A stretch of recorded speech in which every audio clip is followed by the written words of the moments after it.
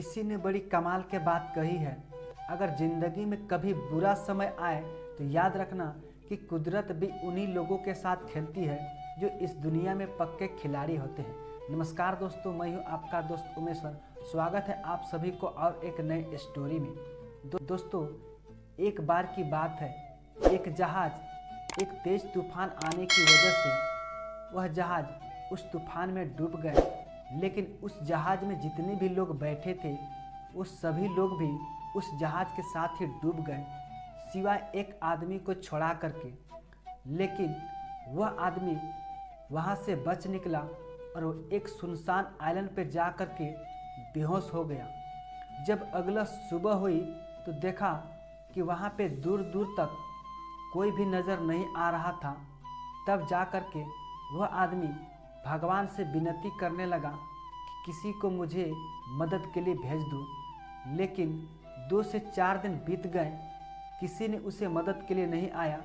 तो वह आदमी भगवान से विनती करने के लिए छोड़ दिया और वह आदमी समुद्र किनारे रह करके लकड़ियाँ इकट्ठा करने लगा, जिससे वह आदमी रहने के लिए अपना घर बना सके। बहुत सारे लकड़ी इकट्ठा करने के बाद नारियल का बहुत सारा झाड़ तोड़ा और वहाँ पे रहने के लिए अपना एक घर बना लिया। तब जा कर के वह आदमी को ज़ोर से भूख लगने लगा तो देखा कि यहाँ पे दूर दूर तक खाने पीने के लिए कोई भी सुविधा नहीं है। तब जा कर के वह आदमी समुंदर में मछली मारने लगा और मछली को ही अपना भोजन बनाने लगा। ऐसे करते करते 20 से 25 दिन बीत गए, लेकिन वहाँ पे किसी ने उसे मदद के लिए नहीं आया और उसका सब्र धीरे धीरे अब टूटने लगा था।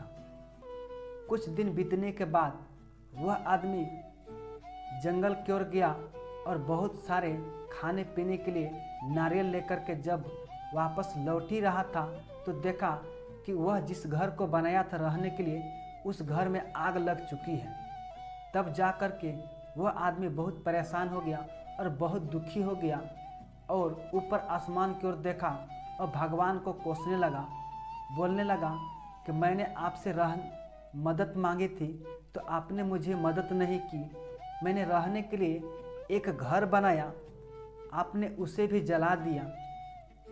ये बोल करके वह आदमी वहीं पे रोने लगा और वहीं पे वह सो भी गया। जब अगली सुबह हुई और उसकी आंखें खुली तो देखा कि उस आइलैंड के किनारे एक बड़ी सी जहाज़ आ कर के लगी हुई है। और जब वह आदमी उस जहाज़ को देखा तो बहुत खुश हो गया और दौड़ते हुए उस आइलैंड में चढ़ गया। जब पायलट से पूछा कि आपको कैसे पता चला कि मैं यहाँ पे फंसा हुआ हूँ, तो उस पायलट ने मुस्कुराते हुए जवाब दिया कि तुम्ही ने तो मुझे सिग्नल दिया था जिसकी वजह से मैं यहाँ पे पहुँच पाया हूँ। तो उस आदमी ने सोचने लगा और बोला कि मैंने तो कोई भी चीज़ का सिग्नल दिया नहीं हूँ। तो वह आदमी को याद आया कि शायद कल रात मेरी घर जल चुकी थी, जिसमें मैं रहता था, आग लग चुकी थी। उसी की वजह से शायद इन लोगों को पता चला होगा और इन लोगों ने मुझे मदद के लिए यहाँ पर पहुँचा है। दोस्तों, इस कहानी से मैं आप सभी को यही बताना चाहता हूँ कि कई बार हमारे लाइफ के साथ भी ऐसा ही होता है। जब हम कुछ करने के लिए सोचते हैं पर वैसा होता नहीं है, क्योंकि प्लानिंग कुछ और करते हैं और होता कुछ और है। लेकिन एक बात याद रखना दोस्तों, अगर भगवान ने अगर आपके साथ बुरा कर रहा है तो कहीं न कहीं आपके साथ अच्छा भी करने वाला है।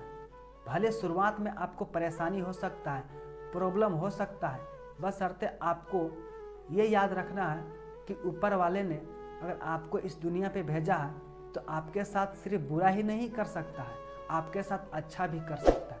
दोस्तों, इस कहानी से कुछ सीखने के लिए मिला होगा तो इस वीडियो को लाइक कर दें और कमेंट बॉक्स में बताएं कि ये वीडियो में आपको कैसा लगा।